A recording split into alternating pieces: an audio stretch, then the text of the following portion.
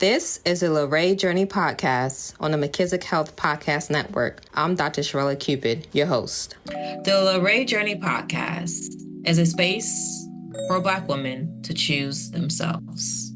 Welcome back, sisters, sponsors, and supporters of the Luray Journey Podcast. For the 4th season, the theme is transitions. We will continue the sister circle conversations with Black women from different stages of life with various personal, community, and professional roles. The intention of this season is to continue and start conversations on the meanings, experiences, and practices around transitions, such as becoming a mom, shifting careers, and establishing a new lifestyle. Thank you for being a part of the Luray Journey community, because Luray means love is real and eternal. So sis, let's practice love. So today we have a dear sister friend who I'm really excited to catch up with. We haven't had the time to catch up deeply since quarantine. I'm sure a lot of us feel that way in regards to the relationships that we began to form before COVID and now post-COVID. I'm hoping to return to relationships that I've had. So today we have Dr. Tamisha J. Ponder. So sis, may you please introduce yourself in a couple of sentences? Now, you know that's going to be hard, so I'm going to try my best. And these sentences are not going to be structured, but I can say that I am a wife, a mother, an educator, a yogi, a outdoorsy type of girl. I be outside and I tell stories. Yep. I love it. I love to be outside too. I be outside. So speaking of being outside, can you share what brings you to the Sister Circle space? Sisterhood. Sister Circles, period. We built a relationship, and you said it exactly as that pre-COVID, right? Pre-COVID, which is hard to believe it's 5 years, right? And even the topic of like transitions, if I think about the past 5 years, so much has changed in my life from the past 5 years that have never happened in that way within this short span of time. I think I've experienced every single transition someone can experience in a very short period of time. Okay, I'm interested to unpack that as we move forward there in this conversation. So connected to the period of time of 5 years, if you could name this season of your life, what title would you give it? Adjusting. Yeah. Adjusting. And I find it, I know that's just a name, but in terms of just adjusting, but it's constantly adjusting. Yeah. So it's not even a feeling of stability. It's always adjusting to a newness, a new day, a new month, a new year. New experiences is always adjusting. And I can say that prior to COVID, there was a stability that I had. But in these past 5 years have been adjusting. Yeah. And within this adjusting, are there particular areas where you have to adjust? Yeah. I think everything, without speaking too soon, because I know that I have the tendency of saying all the things before they even get there.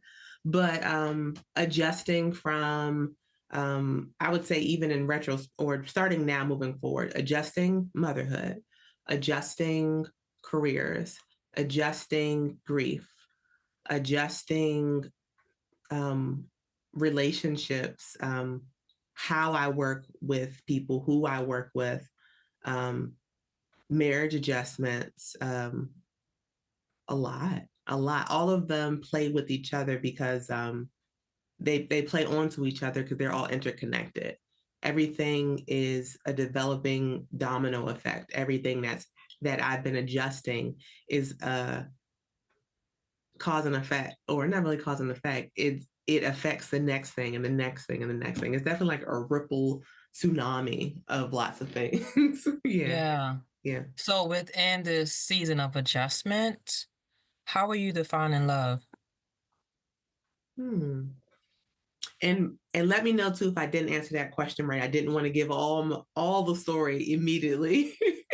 No, you without, answered it perfectly. without priming it up. I'm going to wait for the prompt. I'm waiting for the question. I don't want to start too soon, but how am I defining love? It is actually, so I am defining love with what we call impermanence. And it's knowing that things are always changing and knowing that things are not permanent. But love looks like embracing that liminal space that I'm in, that you can be in, and not being wishing or hoping or regretting anything. Is that actually being content? So I guess I would say love is being content and not taking things too seriously, or not I don't want to say not angry, because it's not angry. Some people can get angry if you're not in the space to understand where you are. And I call that love, because you have to love yourself during it. And you have to you can't hate the space, because this is life, right? This is life. And you're still here to live it. But love feels like acknowledging and knowing that this is a liminal space that I'm in, of transitions and adjusting. Yeah.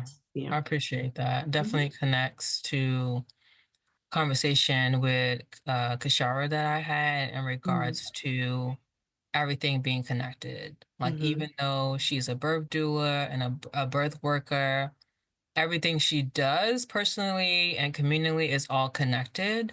So I love the fact that you said, I can point out these things, but they all have impact upon each other. Right. And within recognizing it as being a liminal space, and love being a liminal space for you in this season of adjusting, and now that you are a mother, right? Would you consider yourself to be a millennial mom? Probably, yeah. I mean, I'm a millennial, so I'm a millennial mom. Yeah. Yeah. I wear it proudly. I wear it proudly. Millennial mom, especially to be a new mom at an advanced maternal age. I'm a doula as well. Birth and death doula, actually. And that's also tells the story of my adjusting period. I'm a birth doula and death doula. And so millennial mom, to have a child at an advanced maternal age, right? So 35 and over, right? So I think the definition specifically in there, right? I'm a millennial mom because I'm at the cusp, at the end of the millennial time that I can celebrate and just had a baby, right?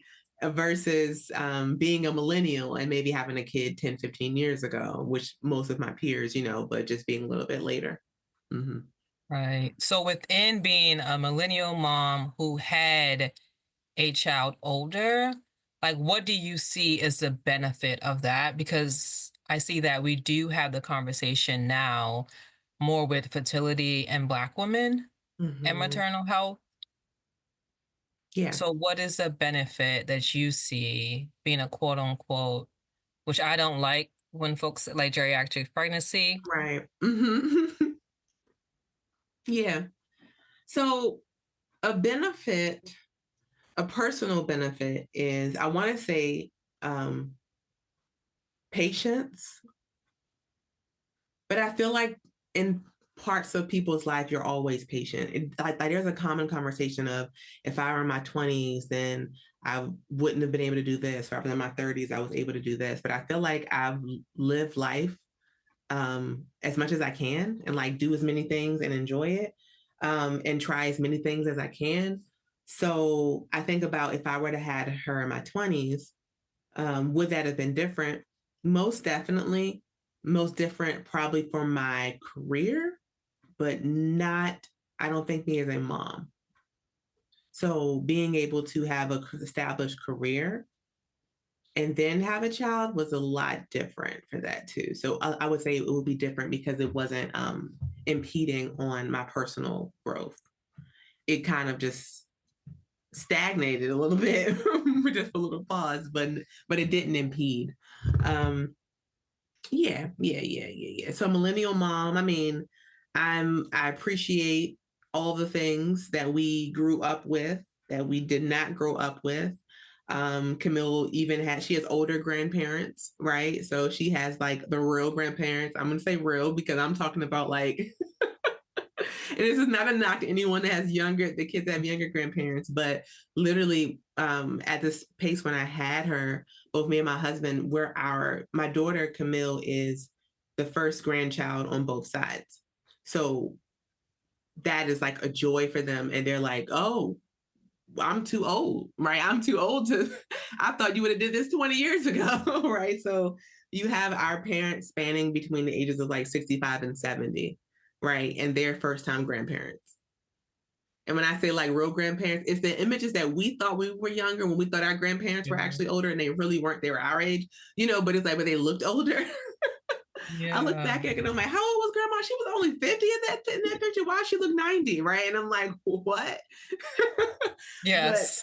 But, you know what I mean, right? It's like, I think just the timing and the fashion, or maybe even just the photos of that time, the image we have of our grandparents is like the older, seasoned matriarch, right? And so actually, I feel like Camille's actually living in that when her grandparents are between 60 and 65 and 70.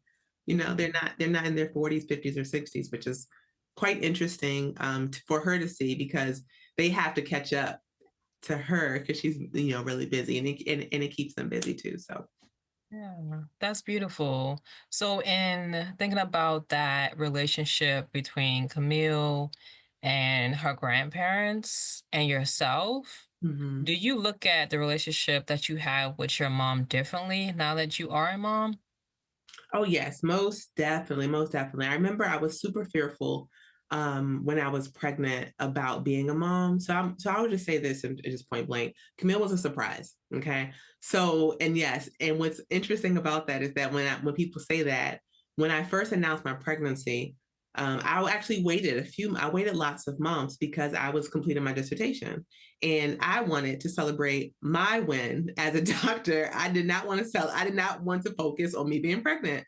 So I announced I was pregnant at graduation. I said I'm not, and I was 7 months pregnant at the time, right? And so, right, I knew that if I would have posted a baby, no one would care about me becoming a doctor. So I wanted to get my moment before it turned into hers, right? That's in all fairness. Everyone has the experience of welcoming a child. Say everyone, like with family, but not everyone has the experience of welcoming the first doctor in your family. And I really, really wanted to hold that dear. And I wanted to just embrace this big accomplishment that I had accomplished during my adjustment in one of the most tumultuous years of my life. And then I was pregnant, right? And so, but I was excited and also very nervous. So talking to my mom when I was pregnant, I said, we didn't plan her. And so my thoughts of moms, my mom is very, what do we call this? Very domestic. And I'm not domestic. I don't cook. I don't clean. Like, this is very rare that my office looks like this, right? So here's that. I don't cook, I don't clean, right? And so we're just minimum. I'm probably over exaggerating. And I looked and I knew all the things that my mom did. And I was like, how am I supposed to do this? I can't do that. And my mom, I had a full on breakdown. I was like 6 months pregnant. I said, I can't do those things. Like, my mom sews, she cooks, she cleans, she was super creative. She went to everything that I did. She was available all the time. Like, and which I know, which is a large part on her, she and my dad's big supportiveness as parents is the main reason why I am the way I am, and why I always aspire to reach for the stars, because I had support, like unwavering support, where I was the only focus in their life. You know what I mean? And so I was fearful of that because I knew what they did to protect me and provide for me and support me, that I didn't think that in my world of wanting to do more things, that I would be able to pause and stop and have a kid. You know what I mean? So I was nervous about that. I was definitely nervous. So talking to my mom repeatedly about things, because I couldn't see myself be her. Yeah. And within that conversation, how did she help you? She repeatedly kept saying, well, first she was flattered, okay, because she didn't. And I guess I never really told her that. I didn't really notice it until I got to the point where I am midway through my pregnancy and I'm freaking out, right? And so I talked to her about it, and she was, of course, flattered, but she also said, well, there's many things that you do that I could never do. And so she shared, she goes, look at all the things you've done. Look at what you have, look at the business, look at your company, look at your, your Ph.D. and all these things, whatever, so and so. And my mom didn't go to college, right? So different experiences. And she said she always admired the things that I did too. So that was very supportive. And then she said, hey, I'm here to do those things. So Camille gets the benefits of my mom times two. Like, my mom gets to be a mom again, because she really enjoys it. And I just never heard anyone say that before. Because I'm a doula. I'm a doula. I'm a birth and postpartum and death. And I've been there for people in their weakest and strongest moments. I've walked moms through their postpartum depression. I've walked them through lots of spaces in their life. And I knew from there, saying, I don't want this. I knew that. I said, this ain't for me.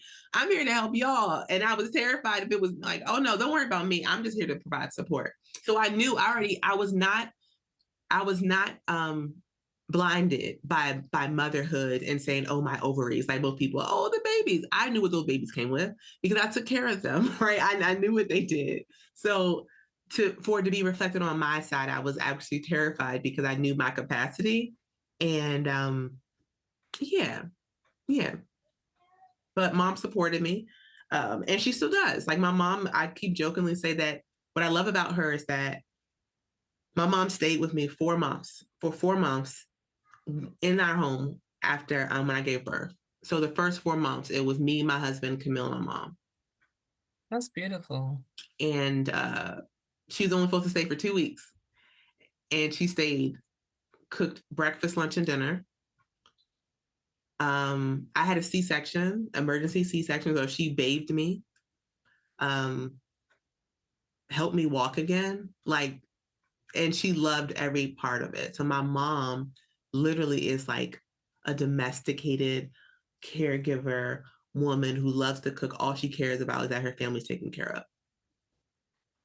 Yeah, that's beautiful. So with you having this experience of your mom saying, I admire what you do, and you recognizing what your mom did.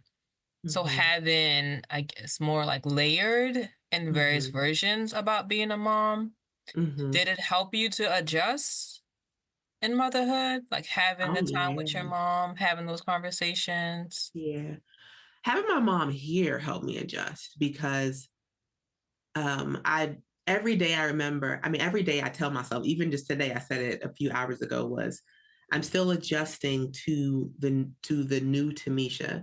I can no longer operate at the ways in which I was pre-baby that I am now. So all the things on my to-do list, all of the people I connect with, all of the meetings, all of the obligations, all of the commitments, my mind still operates in that way, where with many, like with organizing and community initiatives and things like that. But as a mom, all of that halts because it just doesn't work like that anymore. It doesn't work like that. My availability doesn't work like that anymore. So if you were to ask me, like, can I meet you somewhere? Yeah, sure. My mind immediately goes there, right? Then I'm like, I needed childcare. Like, I don't even I still am adjusting. And I'm like, yeah, I can do that. I've been me for so long, right? So I'll be 38, right? I've been me for this long. This new mom year is battling the first 37 years of my life and how I existed versus if I were probably, I've been set in my ways, if that makes sense. Yeah. Yeah, that makes I'm sense. always adjusting because I've lived like this for so long. Yeah. So within you readjusting, did you have a doula? Yeah, I had about 4 or 5. I have support. Listen, I am someone that utilizes support. I am a community servant, community leader that also utilizes community. I do not turn away help. If somebody ever said, call me if you need me, I remember that and I call them when I need them. I do not stray away any helping hand. So I had about 4 or 5 doulas. And what was that experience like? Because I've never been a Mhm. mom, right? So I can't Yeah. speak to that experience. So what Mhm. was that experience like to have? It sounded like you had a team, like you had your Yeah. mom, Mhm. doulas, your husband. What did that Yeah. support look like, Yeah. feel like? Mhm. Um, it was great. So a doula, being pregnant is always, I'm always automatically my own doula, right? And my doula friends reminded me too. I also used to have a doula agency where I employed doulas, so I'm around them so much in my network, right? I also train and certify folks to be birth workers, so that's part of what I do as well, right? So they were available. They were interested. They volunteered, and it was sort of like each month it was someone that passed on to the next person. Right. There was one doula. One doula that worked with me. She was there to support me on my business, and because it's different when you're an entrepreneur. You don't have PTO or FMLA, and you work I worked up until I gave birth. Hmm. Right. And an emergency section at that. Yeah. There's no maternity leave when you're an entrepreneur. I mean, that's the reality. There's no, maternity leave. And there's no systems in place for that besides people who know that you're pregnant and they don't want to put too much stress on you, right? They're like, oh, yeah, leave it alone. But in terms of if you are an entrepreneur, you're that those systems are different. And so I had a doula that specifically help me around the systems and adding more support in the business that can help me while I'm pregnant. And so she did like she was a doula of myself, because doula means friend, doula is support, um, doula assists you, right? And so all the aspects of my life, I had someone to assist. There was also a doula that was specifically here to assist and work with me and my husband together as we were both trying something new, and we were both embarking new. Then I had my immediate birth doula, who was in the hospital with me, had a postpartum doula, of course, after baby. And yeah, that was my 4. I also How had a long? midwife and an OBGYN. I stay stacked. I'm telling you, I stay stacked. And these were all Black women. As we need to be and should be. Mm-hmm. Mm-hmm. Yes. Yeah. How long did you have the postpartum doula? Um, Not too long because my mom was like there, but probably about 3 weeks. Okay. Maybe about 3 weeks. Yeah. Mm-hmm. Yeah. Yeah. So how did you, speaking of transition, Mm-hmm. what was the transition like once your mom left? So she was with y'all for 4 months. Yeah. Yeah. Yeah. What was that transition like?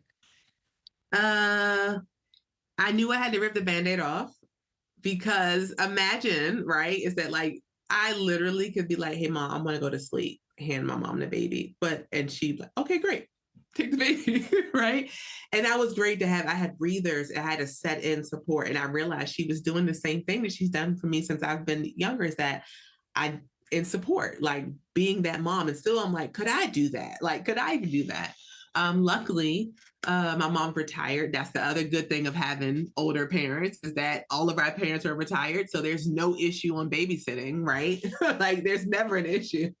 So, so that transition after the 4 months, it was to rip the band-aid off. My husband and I, we knew that we had to start new. We wanted to start the new year. So we started off the year 2024 because my daughter was born in September of 23. So 2024, it was, we were going to do this on our own, but we still need help. So we're going to do twice a week and ease it in. And so it was great. I had enough trial runs. My mom let me do like practice runs too, like what it would be like to be away for the day or be away for the weekend. So we in that 4 months, we were very strategic in what it looks like for me to be okay, what it looks like for my husband to be okay. And we just played it out. Like we had really great communication on how we would sever and start things anew. Yeah. So within this journey so far, since you had a surprise pregnancy, What advice or information would you share to those who both have later pregnancies, quote unquote, and surprise pregnancies, since this is your lived experience? What advice? What advice would I give to someone who has experienced surprise? I mean, this may seem like I've been in the area of Black pessimism for a while, so just don't mind me, okay? But I've been going with this thing that everything's good till it's not, and then it's good again, right? So that's just how things are, right? That for a moment, things pause, things pivot, and then you keep going, right? I wasn't upset. I was literally surprised. I'll give you some background. I have endometriosis, and I was diagnosed at 14. Okay. So my entire life, there was not the part of the plan, right? So at 14, I wasn't thinking about that anyway. So it didn't affect me, right? It didn't affect me. So to literally be surprised, like, whoa, I didn't need IVF. I didn't need, like, that's what I mean. Like, it was, I thought I would have to do all of these things because that was communicated to me. I thought I would have to, if I wanted to have a child, it would be a lot of effort. And that didn't happen, right? I was like, okay, yeah, no effort. Like, yeah. So everyone was excited. So it was a big excitement. It was joy to both families, joy for lots of things. And then my father had passed that same year. So, and this is how, if we want to talk about all my transitions in the past couple of years, I can tell you how all of it just domino affected on the next. And so, it's a long-winded way. I can't speak about my lived experience of pregnancy and motherhood starts off with darkness into light. So I don't know anyone else's, but it was a relief. It was joy to my family after losing my father. It was joy. It was joy. Yeah. Thank you for sharing. That it's good until it's not, and then it's good again. So you ended optimism. Yeah. And like I mentioned about, like, we were talking about Black pessimism. One of my good friends who's a theologian, we were talking about Black pessimism, and that is not always a bad thing. It's just the reality is that, and because I am very realistic in the sense that I've seen all the things, as mentioned, I'm with people at the most delicate times of their life, beginning and end. I already know how this plays out, right? I've seen it played out for lots of people, right? So it's not like I don't have a dreamed experience that I like, a fairy tale experience of things. I've seen the good and the bad. So I look at things through that way, is that it's going to be great if you make it, right? It's going to be great. And you have a choice. And then it's like, okay, where is this taking me? Okay, I trust the process. We're going to just keep riding this roller coaster of life. We're going to just keep riding. We're going to just keep riding. Right. What's next? What you got for me this year? Because it's just something. So I want to go back to your statement of it was darkness and then light. Can you expand upon that? Okay. Now that would have me go back to 2020. So you ready for this story? I'm ready. Okay. So since you and I have last connected, it was pre-COVID. I want to say probably, or maybe it was like January 2020. I'm trying to think of I remember you texting me and telling me your dad was in the hospital. Yes. Like, okay, sis. Yes. So that was 21. Yep. Okay. So 2020, I worked in DEI. I was the director of DEI at a college. And 2020 was also the year of a resurgence, pretty much, of Black Lives Matter had happened again. And at that time, that was also what my dissertation was about, what a lot of my research is about. And not only was I studying it, writing it, working it, I was also experiencing it. Because when I was writing about it, it was a thing of the past, at least 5 years, when I first initially started writing about it. When it came back up again, I had to re-enter things that I thought had been resolved or at least in some sense, but then we're in the middle of the pandemic. George Floyd is killed. Ahmaud Arbery is killed. So many more killings were happening. And then that black screen that everyone kept asking people to post in 2020, like in solidarity, right? So I started noticing, and I was in communication with a lot of folks who were also in DEI or folks who were in those higher ed positions, that we noticed that a lot of things became performative in colleges. And it was no shade to like the college that I was in. I thought it was a beautiful job of like the people that I work with, but the folks you were delivering it to was that they were told to come for being like, it was mandatory versus voluntary. And that, of course, was a lot of resistance, and it became a very volatile and hostile type of situation daily, because you have these external things happening. It's actually happening real time. And then you're trying to translate it at work. You're trying to have these conversations with folks and explain to them how they are feeding more into white supremacy and how they're continuously doing these things, and then trying to connect it. It's like it's happening in real time as you're teaching versus going, backwards and sharing what you used to do. So in 2020, I'd already opened up, 2019, I opened up my yoga studio, right? So I opened up my yoga studio in 2019 in July. And it was a beautiful, at the time, it was a beautiful space that I could retreat to for myself.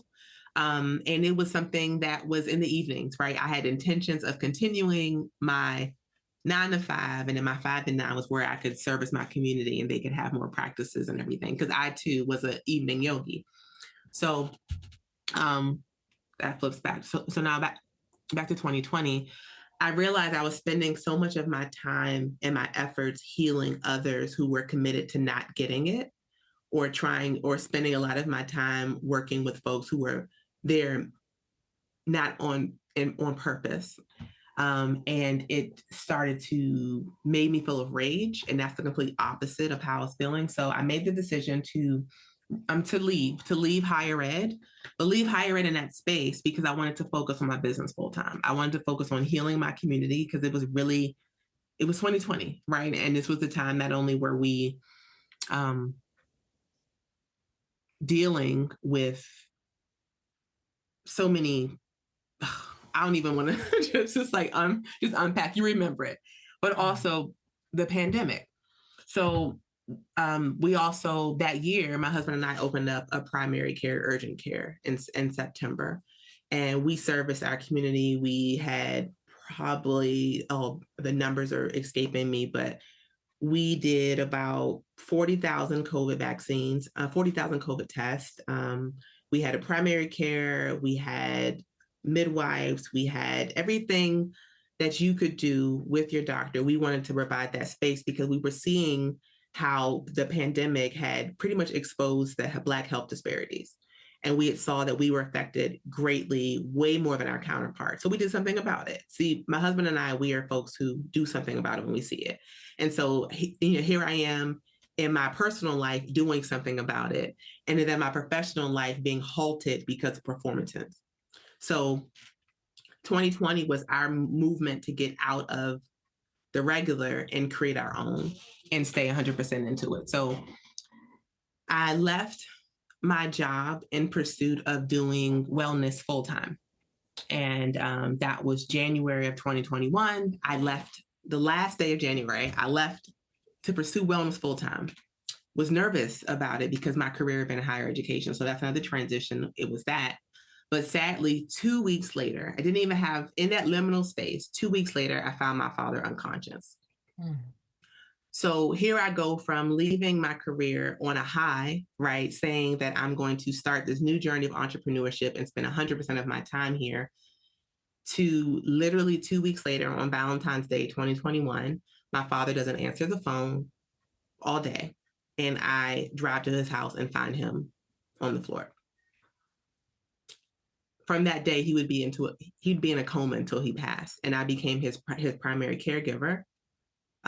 He was incapacitated. Of course, I had to fight the courts to get custody. Like, I spent 2021 in severe anxiety waiting for him to wake up. Mind you, it's COVID, so I can't see him. Yeah. So there's a lot of things that's happened in 2021 is that I wasn't able to see him until August. February and August, he was in one room. I'm on the other side of the door. I could not hold his hand. I could not even verify if the doctors were telling me exactly that he had not awakened, that he didn't move when I'm talking to him. I'm literally every day hooked to a Zoom, talking to him, reading to him via Zoom, hoping and praying that he'll wake up. That was the worst year of my life, 2021. For so many reasons, not only because of that, but it was very traumatic. It's extremely traumatic. I still don't even understand how all of this happened because not anyone in my circle had ever experienced this. Most people talk to their parents, so they have an idea that when people are passing or so forth, if someone has like a terminal illness, you have a discussion about what you want to do. But there was no conversation on how long do you wait? If I show signs of this, will you wait for me? Because people come out of strokes all the time. He had multiple strokes. But again, I could not see him. So the doctors asking, did he move his foot today? No, just a little bit. I said, can you put the phone next to his ear and tell me if he moves his finger? And they're like, no. I said, is he blinking his eye? Right. And so this is all year, every day. Anxiety, depression, ridiculous. In that year, I paused my dissertation completely. I didn't care, but mind you, I had a full business to run. And the difference of running a business when you are an entrepreneur and dealing with a life crisis is that you have to keep working because there is no PTO, there is no leave. So you understand the amount of it was a tornado. It was a lot of things that I just still to this day, I can't even verbalize how much. I said one day I'd be able to, talk about the story. And this is the first time I'm actually saying this publicly. I've never told this publicly. Yeah, because it's very unbelievable. So my sister and I acquire custody, I guess you can say, of him. And that's where I have to make the decisions on what's next. And what people don't recognize about when someone's incapacitated or when you're someone's guardian is that every decision you make has to be approved by the courts. So each month, I had to make the decision to end his life. So that weighs on me daily, as you can imagine. It had to be my decision. And so I would try different things. 1 month, I asked to remove his food, right? And my dad is just like me. Shoot, I'm like my dad. He's the reason I am who I am. This man lived 3 months off of life support. 3 months. I was with him. I luckily, once I entered him into hospice, with support of the care facility that he was in, that's when I became the full-time caregiver because I'd actually be next to him. So I was with him for 3 months every single day in his care facility, waiting for him to pass and sitting at his bedside while still working on my studio, still working on everything, answering the phone calls next to his bedside, cleaning him up, waiting for him to pass. Then I wrote another letter and asked to remove his water because it had been 3 months and I can see him suffering. So I had to wait a few weeks to get that approved from the court, remove his water, and after water, he passed in 3 days. So my dad passed on January 6th, 2022. So from February 21 to January 22, I was in shambles the entire time. He passed, But I was dealing with anticipatory grief is what they, what has been diagnosed is that because I was anticipating him to pass every day, right? And then also removing him off of life support too was something that you were anticipating. I thought it'd be this day. Whatever they tell you in the movies, don't believe it. It doesn't happen like that. It's not you pull the plug and it just goes. It is not like that at all. It could take months, right? For someone to pass. And so my dad's a fighter. Like that's where I get my hustle from. He's the one that told me sleep when you die, like literally. And that's what and look, what's funny is that he gonna go out like that. He went out sleeping. Right. So yes, yeah, he's also a jokester too. So that's the thing. I'm like, Dad, you gonna do this to me? You gonna have me watch you sleep for 11 months? Yeah. So 2022, he passes January. I put myself back together as best as I could, and I found a project that could get me focused, and that was back to my dissertation. So I'm going to complete this. So I picked back up my dissertation, April, May, and said I have 6 months to finish it. And I started all over from the top. Scrapped everything that I did because it didn't matter to me anymore. What I had first studied was about student activism and the impact they made on their community and their college campuses. But what I also interviewed them about was how they take care of themselves. So I scrapped everything that I wrote the first time and only focused on the physiological responses to caring and showing care for your community, because that's exactly what I had been immersed in for the past year and a half, caring for my father, caring for my community as a wellness studio owner, a primary care owner in the middle of a pandemic. Right. So I completely scrapped, and I spent 2022, a labor of love, rewriting an entire dissertation day in and day out, and found out I'm pregnant.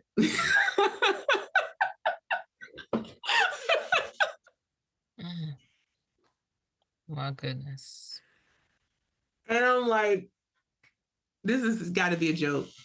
I just found some like stability, right? Mm-hmm. I didn't have that. That year was not mine. That entire year I spent was not mine. I did not sleep, could not sleep. So then I entered pregnancy and I could not sleep. I was sick. I was on bed rest the first trimester while finishing my dissertation. I defended my dissertation on bed rest. So when you ask me about how these past couple of years have been, sis, you were getting the full up close story of my life. Okay. Yeah. I appreciate you being vulnerable and sharing it for the first time publicly in this space. That's a lot. Mm-hmm. To go through caregiving when you didn't expect it for a year. Mm-hmm. I did not know of the legalities of it, so I'm glad that you shared that. It's just mind-boggling when we think about the system and how it impedes wellness, because I would argue that we want people to also transition well. Mm-hmm. So to have to get someone to sign off on something, to me, is just mind-boggling. Like, it removes a sense of agency, I would argue. Yeah. Yeah. Yeah. And those experiences that I had, actually, I was a doula during the time that my father, I was doulaing during the time that my father was in the hospital. So I would be going back and forth between hospitals. I'm on call for pregnancy. I'm on call for death. I'm literally back and forth. Yes, all this is happening, right? And so ushering my father into an ancestor, learning so much about caregiving, palliative care, hospice care, court systems of guardian. I learned enough. I could write a book on ushering someone into their passing. That's when I became a death doula. And so for the people that I love, friends and family, if they have a loved one that's passing, I will assist them. And I've assisted a few people in that process, right? ceremonies. I also funeralized my father as well. So yeah, a lot of things too. So it grew like the ball. I'm literally a loss of words because like saying it, I knew I would say the story, but it's the first time me saying it out loud and publicly. It feels fragmented. But it is a part of adjusting and transitions, is that it's not just I'm a mom, like it's not just I got pregnant, or it's just not it's what happened right before I got there, that the moment I caught my breath, the moment I felt like a human again, is when I became superhuman. And then I had to caregive for a baby in my belly. Mm-hmm. Then again, I felt like I was losing all agency all over again, right? Agency of my body, agency of my rest, agency of my sense of calm and peace, because that is what I've only known, is to be someone who is always in control of their body, especially someone who teaches and trains and facilitates spaces for healing. I was not only doing that for people, but the people that I loved most intimately, it felt different when you have it's not optional. So pregnancy, after the first trimester, things went great, but the first trimester was nerve-wracking because everyone was fearful of, how did you get pregnant? Right? It's like, you need to sit down. You need to sit down. Stay in the bed. We're not even sure how this happened, sis. Rock with it. Okay, cool. So after second and third trimester, continued, picked up the pace and everything. And I'm grieving while I'm carrying a child. Like that's while I'm pregnant, I'm grieving. So I even wrote letters to my daughter and explained to her, because throughout my pregnancy, is that I want you to know that I'm apologizing for anything that you may feel at this moment. Just know that that mommy's sad, right? So yeah, so that was tough, and still tough. And then yeah. Adjusting, constantly adjusting.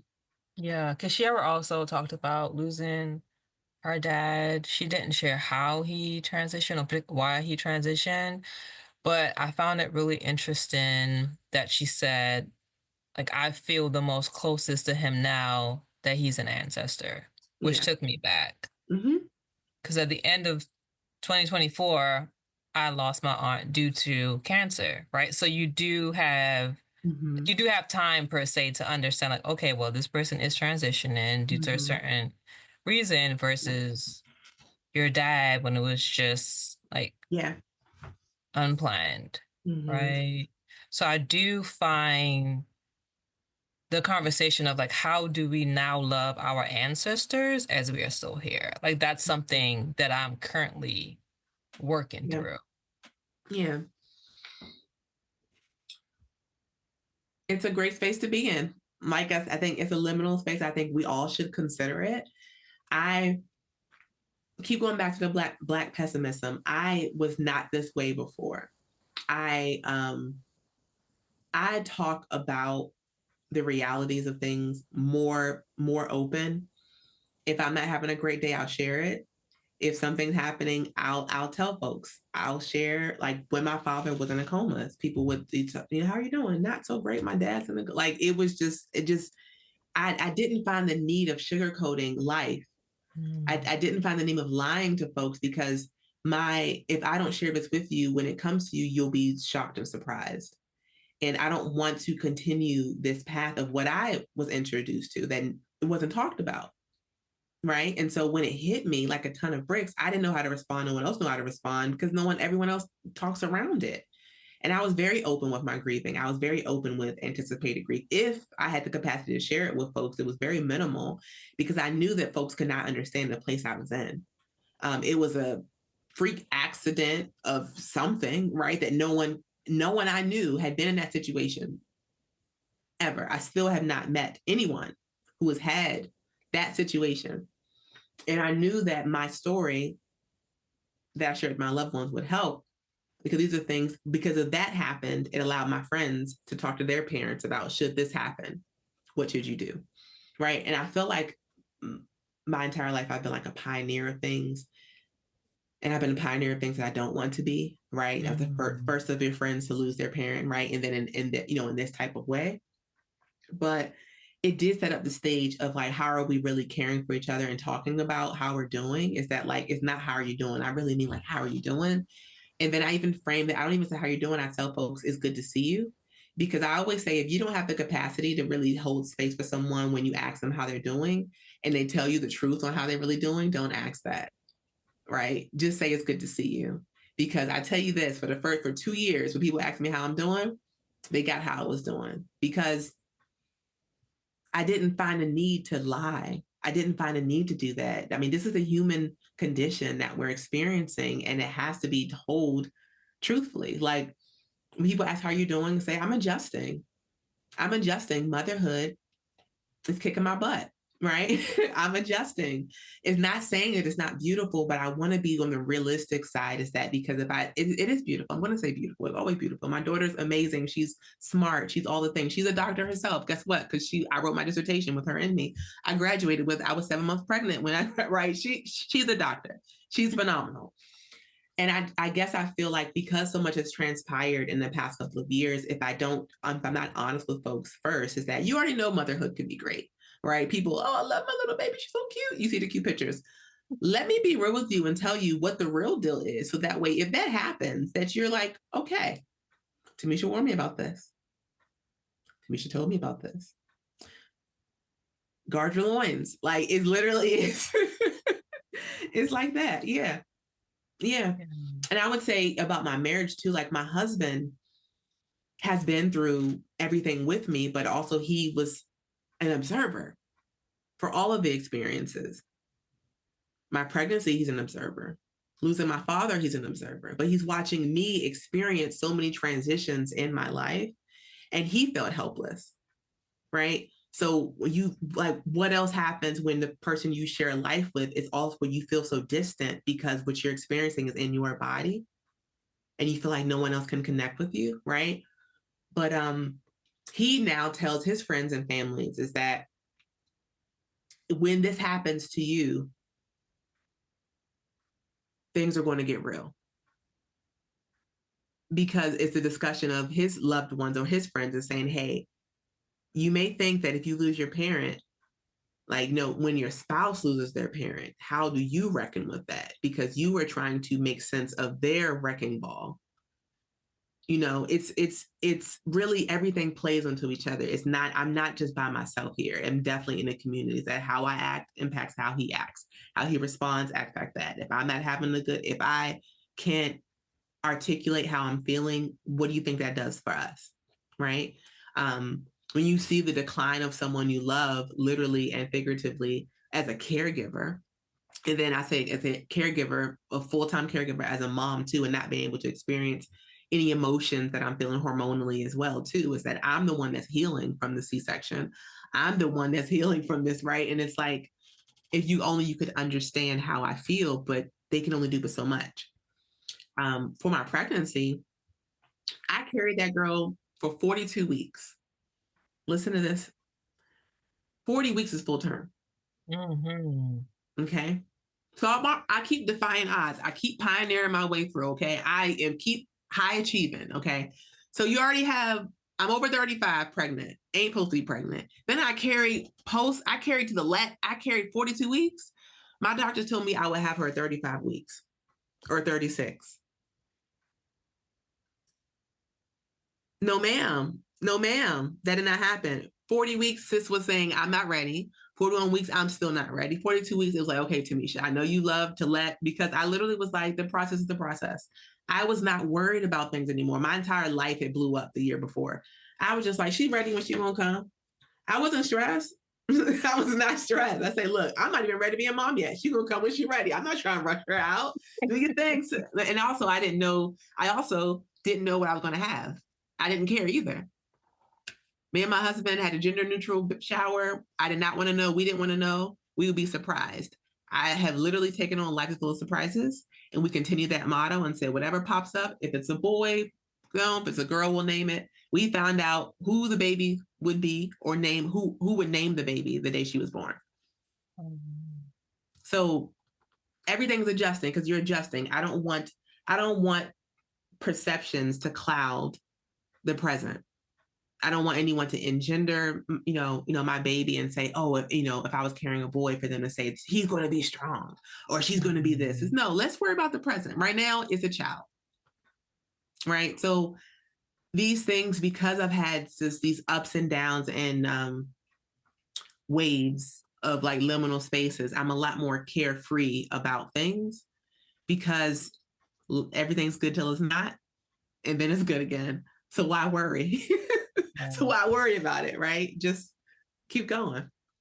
Right. So within the ups and downs and experiencing life and surprises and being a caregiver in multiple places, right? Caregiver for your dad, caregiver for a child, caregiver for a business, having a husband, and doing all of that in one period of time. Did it shift the way you look at like love?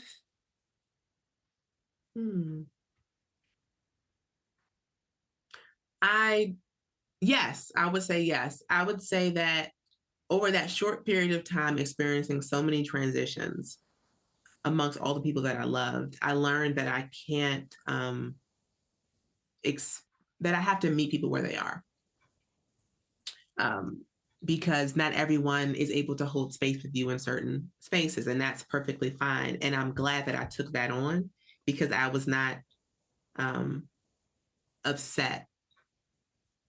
And I didn't expect things from my friends. I didn't expect things from my family because I understood that everything that I've been experiencing is like unprecedented.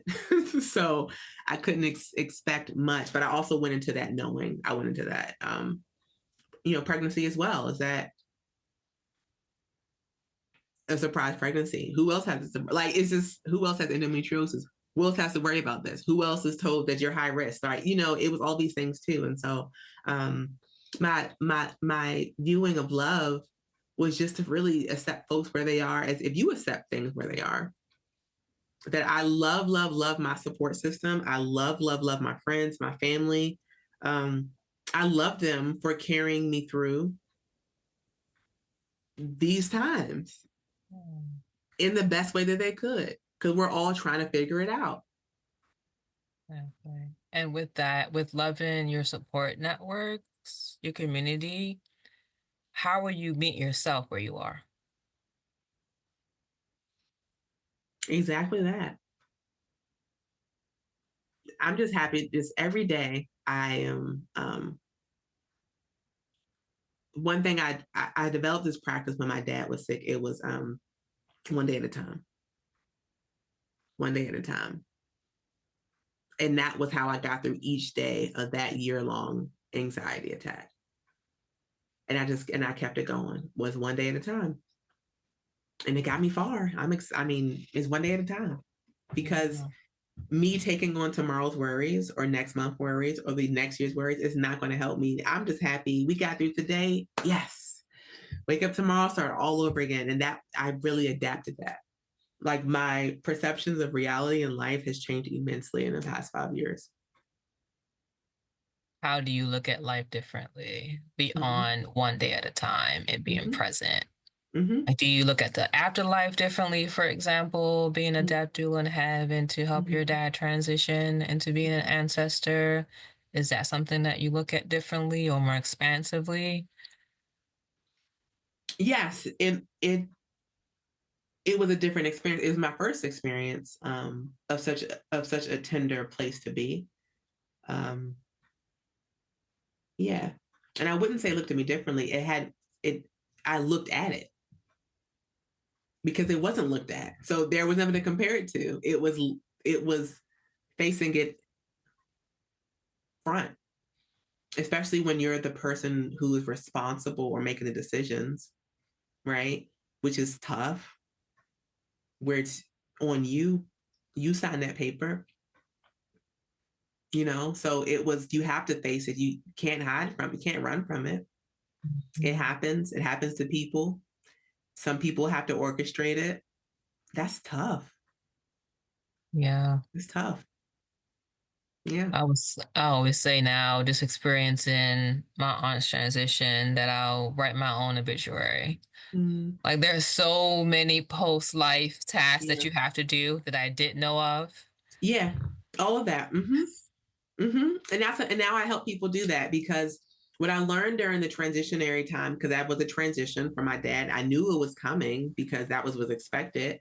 I was able to do all that planning and do all those things while he was still living, which sounds interesting, but it also makes sense. So when I have a friend or loved one that shares with me that their person is transitioning or currently ill, then let's start talking about some things. It would help you tremendously. I don't see I can't see it any other way. I can't see any other way. That was one less thing to grieve about or to be frustrated about when I already anticipated it. But some people don't have that pleasure, right? It's not, I'm not even saying a pleasure. It's not a pleasuring, it's not a pleasure-filled thing to anticipate or to know that something is coming and then work towards it. But if you do know, if you do have that opportunity, it's sharing that time and spending that time. Is that I grew closer to my family during that time. I grew closer to my mom and my sister as an adult, because of my dad. And because of that, it also expanded our view of family, so that when it was time, actually on the death anniversary of my dad is when I told my family I was pregnant.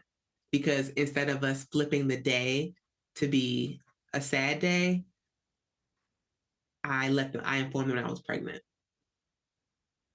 So it's just a matter of just changing your perspective. How can I change this day to make it more glorious now?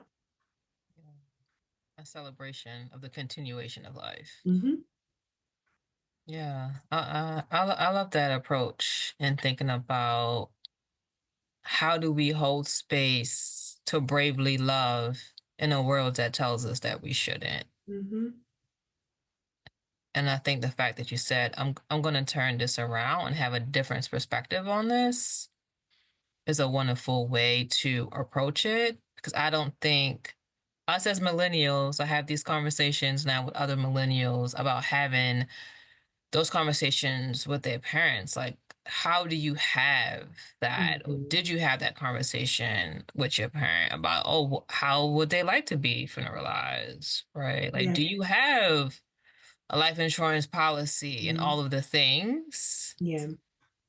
Because you also don't want to be in a space of ignorance and also grief and having to figure it out. Mm-hmm. Mm-hmm. Yeah. No. Yeah. Just no. Just no, right? It's already heavy. The world is already heavy. And then you add on your personal heaviness. No. It's in celebrating life and celebrating death, it should be, if you're closely connected, I truly believe it should be in the essence in the way that they want it, in the way that if you're connected to them in that way, how do you want to celebrate them? So I was very, I wouldn't say protective, but I had a lot of and I wouldn't even say control, because I'm not controlling it. I just tried something new, right? That made sense to me. So even saying like funeralizing my father was that I didn't do anything traditional. I did it myself. It was me, and only invited a few folks. And I have a family burial plot. My family's from Virginia, and we have that. And so we brought him back that way. We didn't do it in a church. I don't think he would have wanted to do it in a church. We had lots of libations available in the same way that he would have loved it. We had a party at the gravesite. Like, we celebrated him. We literally were partying outside, right? And that's how he would have. And so I felt that was the best way to honor him, instead of doing what everyone expected, right? And that made me feel good as a daughter to send my dad the way that I wanted, in the same way as I ushered in my daughter. For me being the daughter to me being a mom, was that I didn't want to be clouded with other folks' judgment or ideas of what they thought pregnancy should be like, or what my child should look like or dress like, right? Is that, hey, white onesies, and that's it. And I don't want to know what the gender or sex is, because that doesn't matter to me. It doesn't matter to me.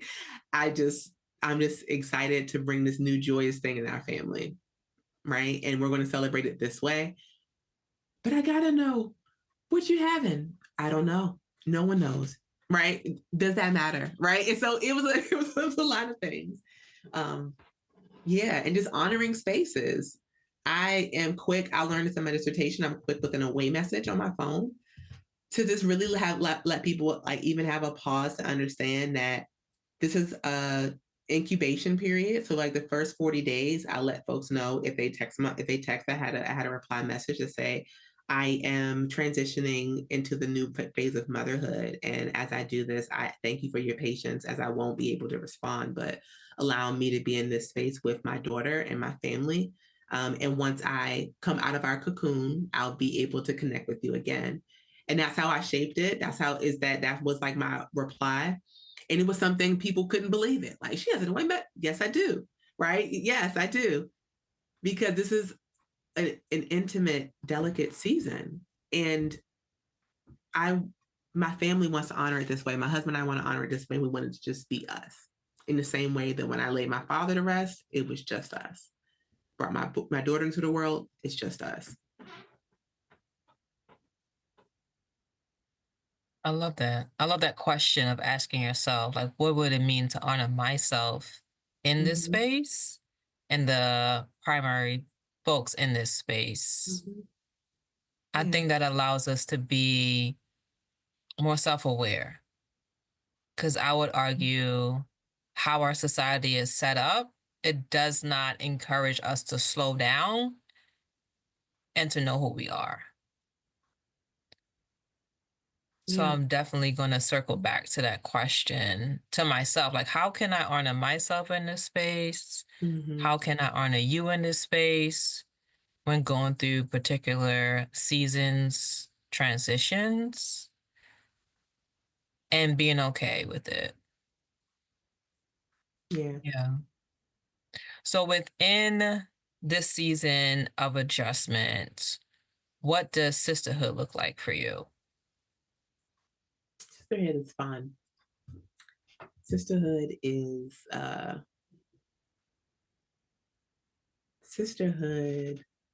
the backbone, truly.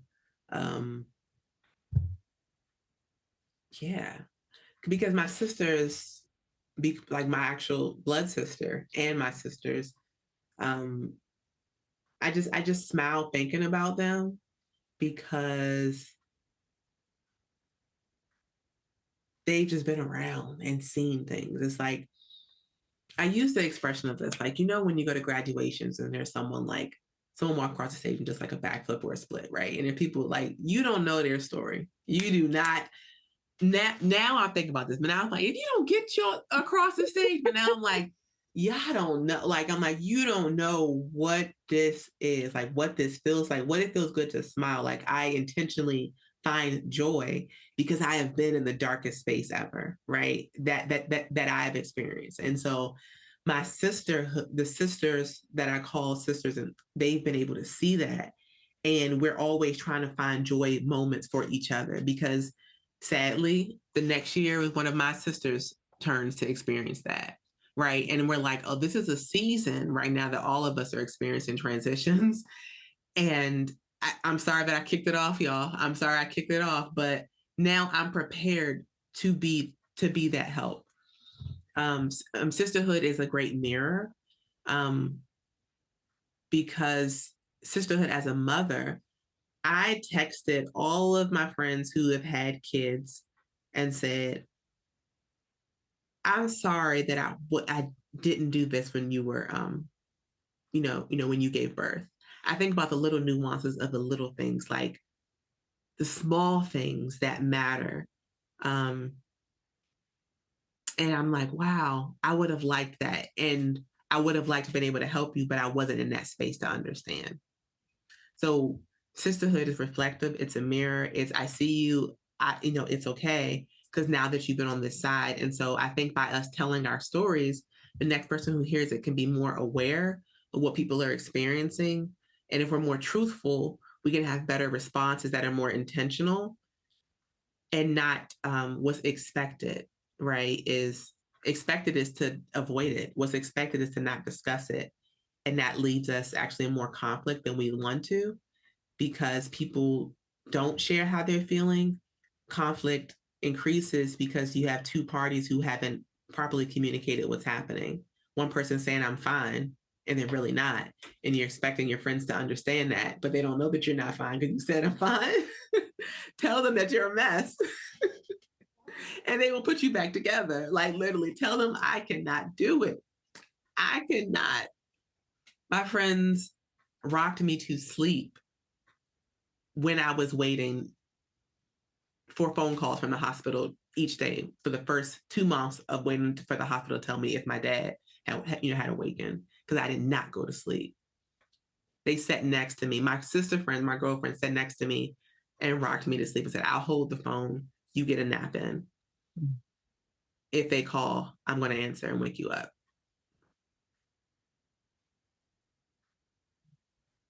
So yeah, I smile at them because I'm like, man, we've been through a lot.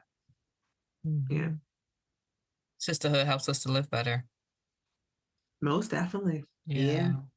Thank you for sharing. Definitely brings chill the way we can, in our sisterhood, be our most vulnerable and authentic self. So I'm definitely grateful that I have sisters, blood sisters, sisters by choice, that I could lean on and lean into sometimes when you don't want to make it or don't feel as though you can make it through something. Mm-hmm. Yeah.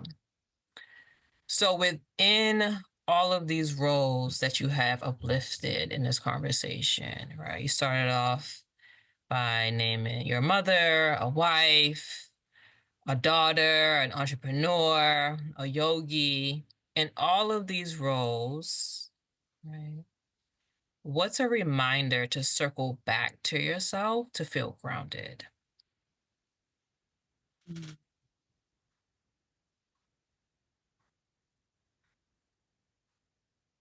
Conversations like these. Yeah, conversations like these. The raw, exposed self always is very humbling. When you are moving through the day, taking it day by day, sometimes you forget how far you've come. And to be able to even tell a story takes a while, right? So conversations like these and then being able to weave them together just reminds me and grounds me to know that I am present, I am safe, that there was a time where I didn't feel safe, where I didn't feel safe in my body, and right now I do. And I appreciate every moment of those because I know what it feels like to feel unstable. I know what it feels like to be anxiety stricken like none other. And I'm grateful for the times that I just feel present.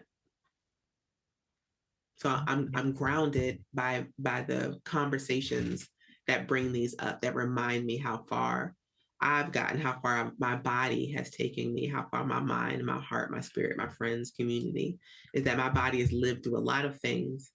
And I always honor it that way, whether it's through my yoga practice or it's through meditation, is those practices severely saved me in so many ways, coming back to reality, just as much as a cold shower will work. So that's what it feels like, a cold shower, for you to feel grounded. Are there any other senses that come to you? Like, does groundedness taste like something? Being grounded tastes like tea, hot tea. Coming to my senses when I mean like a cold shower, is it like it's the awakening of being ready to take on the day. And because I'm someone that takes life by the horns, is that taking on the day is a big deal to me. Because there are days where I could not take on the day, where I ain't got it. I got 2% of myself. And I remember my friend saying, like my 50% is like someone else's like 3,000, but I felt like it's like I'm trying my best, and no one would. When I even tell these stories, people like, you were experiencing all this during this time, and I'm like, yeah. And I said I was trying my best. They're like, I would have thought you were at 100. I said I was at 20. I was at 20, just trying to make it. And they're like, wouldn't even know, right? I said, I was actually reeled back. I was cut back on a lot of things. So to be able to operate at 100 again is where I'm finding that adjustment, because I'm trying to get back to myself. And I'm like, girl, you got a baby now. That don't work. That don't work. So it really is. It's like, oh, you got here. It's like, oh, you got to go back up. Oh, and then she is ever changing. Every month she's a new person. She got a new personality. She running, she walking, she pulling stuff down, she talking. Every month I think I got it in motherhood, and she reminds me that I don't got nothing. Okay. It reminds me that I am here with the wind. The days are gonna come, and just be on the journey of this. Yeah.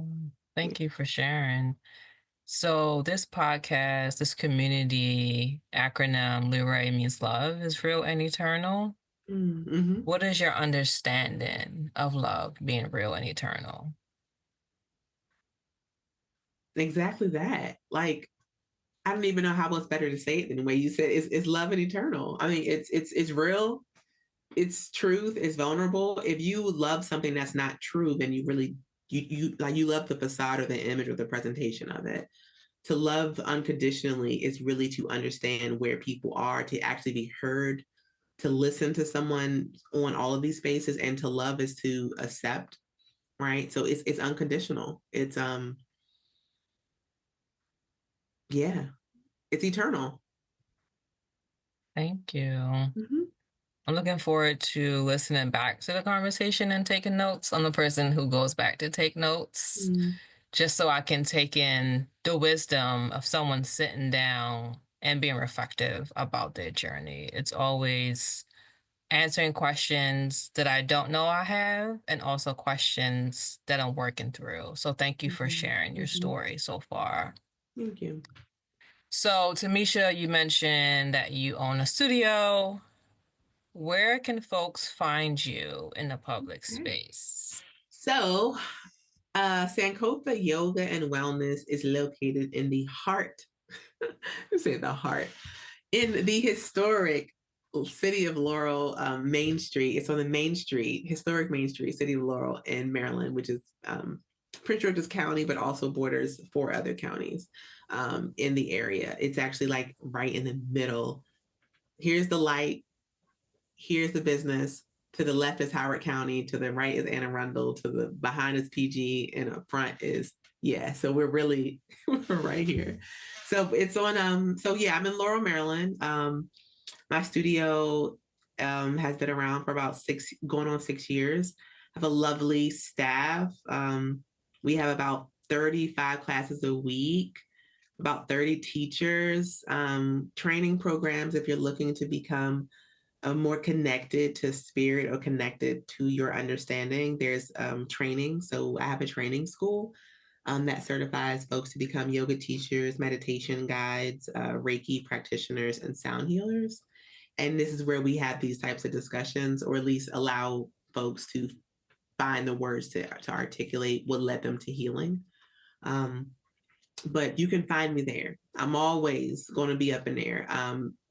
That is the business in which, because that is the work that I do. I consider wellness to actually be community organizing, and that's a labor of love. It's definitely a labor of love. Personally, I guess the Instagram is Dr. T-Jack Ponder. Just that, there's no like periods or hyphens in between, but Sankofa Yoga is the Instagram. I probably did that in backwards and reverse, but yeah, you can contact me. Sankofa Yoga is the organization, so anyone's bound to respond to that. But in terms of T-Jack Ponder is where you can find me directly. Understood. So you mentioned you have 35 classes per week, and you also train folks. Can you share a little bit more about like how long is the program? Yeah, sure. So We have a host of different training programs. To become a yoga teacher, there's a 200-hour training. And at my training school is 9 months. It takes 9 months.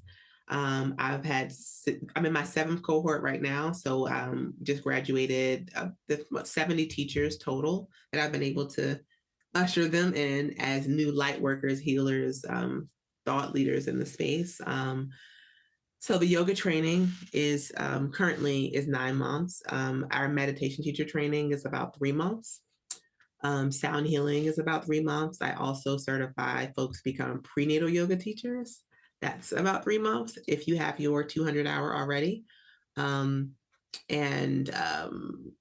there'll be a host of other trainings coming up. So if you look on our website, studio website under trainings, you'll see a whole bunch of other like immersions, training courses, and we're constantly adding new things per season too. So there will be like some herbalism courses coming up as well. So yeah, so I like to say I didn't leave education, I just do it differently now. Precisely. I do it differently now. Precisely. Yeah. Mm-hmm. And do you still work in the doula space? Do you still train doulas? Do you train? After I had Camille, I said the only doula I'm doing is being on my own. So after I had Camille, I actually did not take any more clients. So that was it. But I have paused my doula because the little person I'm taking care of is her. No, that's real. That's totally understandable. Mm-hmm. Thank you again. This was really wonderful. It was a blessing to catch up with you after such a long period of time. So thank you again, sis, for sharing your journey and reflections on love and transition during this season. Thank you again, sisters, sponsors, and supporters for listening. As always, love is real and eternal. In community, peace.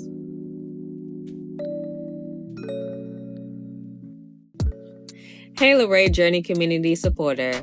You can follow the community by following the handle at Luray Journey on Instagram, TikTok, and YouTube. Also, be sure to leave comments on Spotify, YouTube, and follow wherever you're listening or watching the podcast. For those who are part of the book club or love to discuss books and movies, you can follow me at Sherella Cupid on the Fable app.